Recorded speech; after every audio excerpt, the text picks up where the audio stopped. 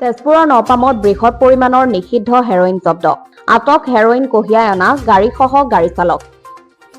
উল্লেখ্য যে কালি নিশা প্ৰায় 10:30 নিৰ্ভৰযোগ্য ইনপুটৰ ভিত্তিত নপাম ৰাষ্ট্ৰীয় ঘাইপথত বৰঘাট আৰক্ষীয়ে যৌথ অভিযান চলাই জব্দ কৰে বৃহৎ পৰিমাণৰ হেৰইন।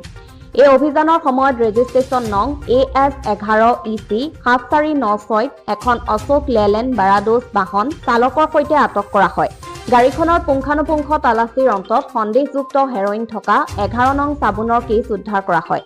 গাড়ীখনৰ ডেছবৰ্ডৰ ভিতৰত লুকুৱাই ৰখা হৈছিল নিষিদ্ধ সামগ্ৰীখিনি। সেই অনুসৰি NDPS আইনৰ যথাযথ পদ্ধতি অনুসৰণ কৰি জব্দ কৰা হয় হেৰইনখিনি। ইয়াৰে চাবোনৰ কেছৰ সৈতে উদ্ধাৰ হোৱা হেৰইনখিনিৰ মুঠ ওজন 454.27 গ্ৰাম। আনহাতে চাবোনৰ কেছ নথকা সন্দেহযুক্ত জব্দকৃত হেৰইনৰ নিকা ওজন মুঠ PP 141.11 গ্ৰাম। বাহনখন চলাই থকা অৱস্থাত উদ্ধাৰ হোৱা ব্যক্তিজনকো আটক কৰিছে আৰক্ষীয়ে। অভিযুক্ত গাড়ী চালকজন কাছাৰ জিলাৰ ধুলাই পোষ্ট অফিচৰ অন্তৰ্গত লোকনাথপুৰৰ আলিমুদ্দিন লস্কৰৰ পুত্ৰ 31 বছৰীয়া ৰহুল ইছলাম লস্কৰ বুলি জানিব পৰা গৈছে। নিষিদ্ধ হেৰইন সহ এটা ক'লা ৰঙৰ মোবাইল হেণ্ডছেটো জব্দ কৰে আৰক্ষীয়ে। Bureau report Agnigarh news.